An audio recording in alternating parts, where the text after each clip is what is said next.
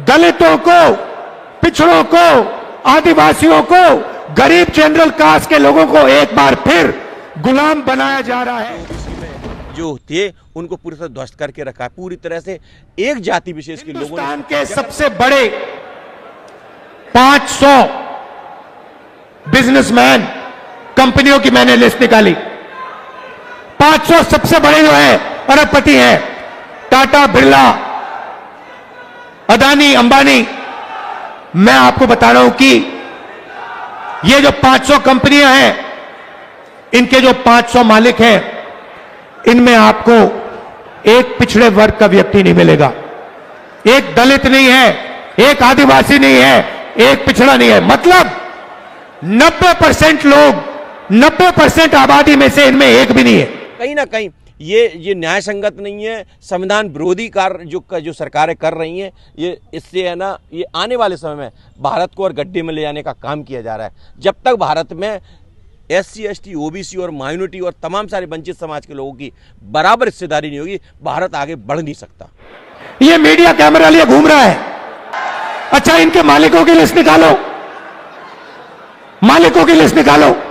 उसमें आपको एक पिछड़ा वर्ग का नहीं मिलेगा, एक दलित नहीं मिलेगा, एक आदिवासी नहीं मिलेगा, एक गरीब जनरल कास्ट का आदमी नहीं मिलेगा जो गरीबी से निकल के बनाया अरबपति। दोस्तों, देश भर में जातिगत जनगणना का मामला तूल पकड़ता जा रहा है। कांग्रेस ने इसे हथियार बना लिया है। हिंदुस्तान की संस्थाओं को देखो, बड़ी बड़ी संस्थाओं को देखो, हाई कोर्ट देखो, कोर्ट्स देखो, जुडिशरी देखो। मुझे बता दो, दलितों के नाम बता दो, आदिवासियों के नाम बता दो, पिछड़े वर्ग के नाम बता दो इसमें। देखिए, राहुल गांधी जिस प्रकार से SC, ST, OBC की और माइनॉरिटी की बात कर रहे हैं कि इनकी हिस्सेदारी नहीं है, मैं पूर्ण रूप से सहमत हूं। ना आपके प्राइवेट कॉलेजेस, यूनिवर्सिटीज, ना आपके अस्पताल, ना आपकी ब्यूरोक्रेसी, आपके पास कुछ है ही नहीं। लगातार आज देखने को आज़ादी के 75 साल होने जा रहे हैं और आज दिनांक तक ना पिछड़ों की हिस्सेदारी सुनिश्चित नहीं हो पाई। 92 में जब मंडल कमीशन की सिफारिश जब लागू होने थी, उसके बाद जब लागू हुआ उसके बाद 38 सिफारिशें आज भी पेंडिंग पड़ी हुई है। किस आधार पर प्रधानमंत्री नरेंद्र मोदी अपने आप को OBC बोल रहे हैं और कई राज्यों के मुख्यमंत्री भी बोल रहे हैं, लेकिन जब अधिकार की बात आती है तब जहां पर OBC की हिस्सेदारी नहीं सुनिश्चित हो पाती। आप देख रहे हैं कि न्यायालय में जब न्यायालय में सुप्रीम कोर्ट के अंदर भी आज भी पिछड़े वर्ग के न्यायाधीश नहीं, उनकी संख्या में नगण्य संख्या में उनकी स्थिति बनी हुई है। और हाईकोर्ट में देख लीजिए, वहाँ भी यही स्थिति है। माननीय यहाँ पर सर्वोच्च संस्थानें हैं, जैसे कि सेंट्रल यूनिवर्सिटियाँ हैं, तमाम सारे सेक्रेटरीज हैं, वहाँ पे भी है ना OBC संख्या 0 बनी हुई है। तो कहीं ना कहीं ये जो राहुल गांधी जो बोल रहे हैं ये सही बोल रहे हैं, लेकिन राहुल गांधी जी की एक बात से हम सहमत नहीं हैं कि जिस प्रकार से राहुल गांधी जी टिकट वितरण के टाइम पर और यहाँ पे सरकारों में तमाम सारी जगह पर जो हिस्सेदारी संगठन में होना चाहिए वो आज ना कांग्रेस के पास नहीं दिखाई दे रही।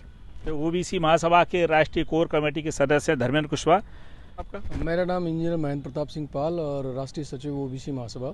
मैं ये कहना चाहूँगा कि जैसे आपने बताया कि टैलेंट की स्थिति ये है कि इस देश में ही एकलव्य एक हुआ करते थे जिनका अंगूठा उनके ही गुरु ने कटवा लिया था, तब जबकि उन्होंने उनको शिक्षा भी नहीं दी थी। तो स्थिति ये है यहाँ की कि यदि योग्य भी हो तो उनका कहना होता है कि अर्जुन ही श्रेष्ठ रहेगा।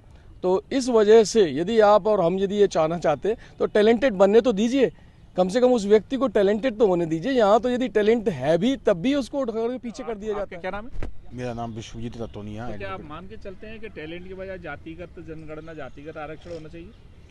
इस देश के अंदर शोषण भी हुआ, वो जातियों के आधार पर हुआ, ना कि गरीबी के आधार पर, ना ही जो है दूसरे आधारों पर। जाति इस देश की सच्चाई है, तो जाति को इस देश में स्वीकार किया जाना अति आवश्यक है। और रही बात टैलेंट की, तो टैलेंट जो है एक मंच सजा हुआ है, हम इसको ऐसे समझते हैं, एक मंच सजा हुआ है। उस मंच को सजाने वाले कितने लोग हैं, उस मंच पे जो टैलेंट दिखाने वाले लोग हैं वो कौन लोग हैं, उस मंच पे जजमेंट करने वाले कौन लोग हैं।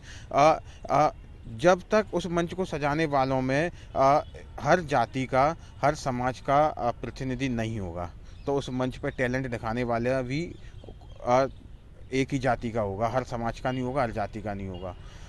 और जो सामने जो जजमेंट करने वाले लोग हैं टैलेंट के, उसमें अगर हर जाति का, हर समाज का व्यक्ति नहीं होगा, तो वहाँ पे बैकवर्ड क्लास को, SC ST OBC को अपना टैलेंट दिखाकर, अच्छा दिखाकर भी हारना पड़ेगा। शिक्षा नहीं मिल रही। कहाँ मिल रही शिक्षा?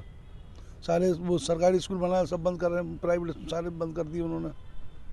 तो धर्मेंद्र जी, जैसे शिक्षा की बात आ रही है कि शिक्षा दलित, आदिवासी, पिछड़े वर्ग को उच्च शिक्षा संस्थानों में शिक्षा मिल पा रही है? देखिए, पूरी तरह से आज की तारीख में पूरी शिक्षा संस्थानों की जो शिक्षा ये भारत की थी, पूरी तरह ध्वस्त करके रखी है। पूरी तरह से जो स्थिति दिख रही थी, आपने देखा होगा कि 5 साल से मध्य प्रदेश सरकार ने ही जो हमारे OBC के छात्र थे, उनकी है ना स्कॉलरशिप पूरी तरह से 4 साल से नहीं दी गई है। वो बड़े बड़े IIT वगैरह में जाना था, वो पढ़ रहे हैं उसमें कॉलेजों में, उनको इस छात्रवृत्ति नहीं मिल रही। वो किस आधार पर करें? वो बैक होते जा रहे हैं, वो उसको छोड़ के आ रहे हैं डिग्री। ये पूरी तरह से OBC के साथ हो रहा है। आपने देखा, ये पूरा OBC की छात्रवृत्ति को आज मध्य प्रदेश सरकार के द्वारा लाडली बहना में उनके उससे दिया जा रहा है, तो कहीं ना कहीं पिछड़े वर्ग के छात्रों के साथ कर रहे हैं। आपने देखा मध्य प्रदेश में तमाम सारे छात्रावास बने हुए हैं। आप जिस बात को कह रहे हैं, मुख्यमंत्री जी भी कह रहे हैं कि हम पिछड़े वर्ग के हैं, हम हिस्सेदार वो करेंगे, छात्रों को देखेंगे, हम अच्छे छात्रावास खोलेंगे। आप देख लीजिए ग्वालियर के OBC छात्रावास को देख लीजिए, पूरी तरह से नर्क की तरह बना हुआ है। ये आज देखने की स्थिति है ना। ये कारण क्या है? आज जो बात कह रहे हैं कि हिस्सेदारी नहीं, आज ना हम राहुल गांधी भी बोल रहे हैं, तमाम सारे विपक्ष के पार्टी भी बोल रहे हैं, लेकिन आज जो समाज के बीच में जो आज हमारा आर्थिक रूप से जो टूटा हुआ समाज है, पूरी तरह से वो आज उनकी स्थिति देख लीजिए। पूरी तरह से उनके धंधों को पूरी तरह से उनको नहीं करने दे। छोटे छोटे लघु उद्योग जो OBC में जो थे, उनको पूरी तरह ध्वस्त करके रखा है। पूरी तरह से एक जाति विशेष के लोगों ने इस पर कब्जा करके रखा है। कहीं ना कहीं ये न्याय संगत नहीं है, संविधान विरोधी कार्य जो सरकारें कर रही हैं, ये इससे है ना, ये आने वाले समय में भारत को और गड्ढे में ले जाने का काम किया जा रहा है। जब तक भारत में SC ST OBC और माइनॉरिटी और तमाम सारे वंचित समाज के लोगों की बराबर हिस्सेदारी नहीं होगी, भारत आगे बढ़ नहीं सकता। शिक्षा का जो इन्होंने व्यवसायीकरण जो कर दिया गया है, शिक्षा के व्यवसायीकरण से शिक्षा आम आदमी के पहुंच से बाहर हो चुकी है। आरक्षण जो मांग के चलते हैं कि आरक्षण की व्यवस्था लागू होना चाहिए, बंद कर देना चाहिए। बराबर जब तक समाज बराबर नहीं आते, बाबा साहब का सोच भी यही था कि जो वंचित समाज के लोग हैं, जो दलित पिछड़े वंचित समाज के लोग हैं, उनकी प्रेजेंटेशन बराबर हो, वो समाज ऊंचे उठकर उनकी प्रेजेंटेशन होना चाहिए। जब तक ये समाज बराबर हर पायदान पे नहीं होगा, तब तक आरक्षण की व्यवस्था रहना चाहिए। सरकार अभी जो हाईकोर्ट का फैसला आया है 27% आरक्षण का, देखिए ये पूर्ण रूप से जो अभी है, जो एक सबसे बड़ी मैं आपको इस बात को कहना चाहता हूँ, जो आपने 27% आरक्षण की बात कही। देखिए एक बात न्यायपूर्ण बात है कि एक दलित जस्टिस के द्वारा और उनके साथ एक माइनॉरिटी के जैन जस्टिस के द्वारा उनको न्याय संगत करते हुए पिछड़े वर्ग को एक बड़ा एक ऐतिहासिक जजमेंट दिया। ये तभी तो जिस बात को अभी पूर्व वक्ता कह रहे थे, इस बात के लिए जब तक समाज के बीच में बराबर न्याय संगत लोग नहीं बैठेंगे, बराबर पे सामाजिक तौर पर न्याय करने वाले लोग नहीं बैठेंगे, बराबर सभी जाति के लोग नहीं बैठेंगे, तब तक न्याय किसी व्यक्ति के साथ नहीं हो सकता। आज बराबर लोग बैठे तो पिछड़े वर्ग को आज 27% आरक्षण मध्य प्रदेश के हाईकोर्ट के द्वारा दिया गया। दूसरी बात, जैसे मध्य प्रदेश के केंद्रीय कैबिनेट मंत्री विश्वास सारंग, रामेश्वर शर्मा के द्वारा मीडिया में गुमराह किया गया कि सुप्रीम कोर्ट के अंदर स्टे है। मैं कहना चाहता हूं, ऐसे बात कर रहे जैसे इनकी किडनी मांग रहे हों या किडनी दे रहे हों। मैं एक बात दुख की बात कह रहा हूं कि जब सामाजिक न्याय की बात करने वाली भाजपा है, पूर्ण रूप से भाजपा पिछड़ा विरोधी है, दलित विरोधी है, आदिवासी विरोधी है और हमेशा संविधान विरोधी रही है। क्योंकि जब न्यायालय के द्वारा जब आदेश दिया गया, उसको तुरंत इम्प्लीमेंट किया। 28 तारीख से आज 3 तारीख होने जा रही है। मध्य प्रदेश की सरकार के द्वारा, जहां तक पिछड़े वर्ग के मुख्यमंत्री मोहन यादव जी को शर्म आना चाहिए इस बात के लिए कि आज जब आदेश हुआ तो इम्प्लीमेंट किया जाना है। जो वंचित समाज के लोग 13% होल्ड है, जो OBC के छात्र हैं, उनको तुरंत ना वहाँ पे है ना भर्ती उनको तुरंत दिए जाना चाहिए था, लेकिन अभी तक नहीं, और बस इंतजार कर रहे हैं जिससे अधिवक्ता के द्वारा जो गलत अभिमत देकर गुमराह किया गया सरकार को, ऐसे अधिवक्ता को भी हटाने का हम ओबीसी महासभा की तरफ से इस बात को भी मांग करते हैं तुरंत हटाया जाए। जो लोग जातिवादी लोग हैं उनको इसे मध्य प्रदेश सरकार में मंत्री हैं और महाधिवक्ता, उनको तुरंत हटाया जाए। जब एक चीज़ और जब सामने आती है कि पिछड़े वर्ग, दलित, आदिवासियों का प्रतिनिधित्व काफ़ी है हर सरकार में, और जब प्रतिनिधित्व है आपके ही समाज के लोग हैं तो वही लोग समर्थन नहीं कर रहे, तो उसको किस दृष्टि से? देखिए, समाज के लोगों को प्रतिनिधित्व देने की बात, जैसे कि यहाँ राष्ट्रपति रामनाथ कोविंद जी रहे और अभी द्रौपदी मुर्मू जी भी हमारी राष्ट्रपति हैं, पर केवल किसी पद पे बैठाल देने से बात नहीं बनने वाली है। और जो पद पे बैठने के बाद भी यदि हम केवल रबर स्टाम्प की तरह उनको रखते हैं तो इस स्थिति में कोई न्याय नहीं होने वाला है। मध्य प्रदेश में मुख्यमंत्री पिछले 20 सालों से ओबीसी के रहे, और ओबीसी के रखने के बाद भी भारतीय जनता पार्टी के द्वारा क्या पिछड़े वर्ग के लोगों के लिए कोई नीति बनाई गई? क्या पिछड़े वर्ग के लोगों का जो 27% आरक्षण था वो 27% भी दिया गया क्या? क्योंकि पहले से ही जो आबादी 54% थी उसका आधा 27% देने का काम किया गया, उसका भी आधा 14% देने की बात जब चलती रही और होता रहा, और लगातार इस वर्ग के जो मेधावी छात्र थे, जो प्रतिभाशाली लोग थे, उन लोगों को आगे जाने से रोका गया।